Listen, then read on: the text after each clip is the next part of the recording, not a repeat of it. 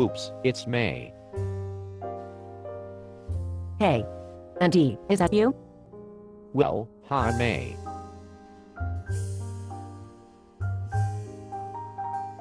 It seems that you are not happy to see me. Not really. How's it going? Good. Where are you going? Me, just take a walk. A beautiful Sunday afternoon, isn't it? Yup. It's almost 4. I have to go home now. Hey. You look not very well. No. I'm just a little tired. Well, maybe you should go home and have a good sleep. I guess so. Then, see you. See you.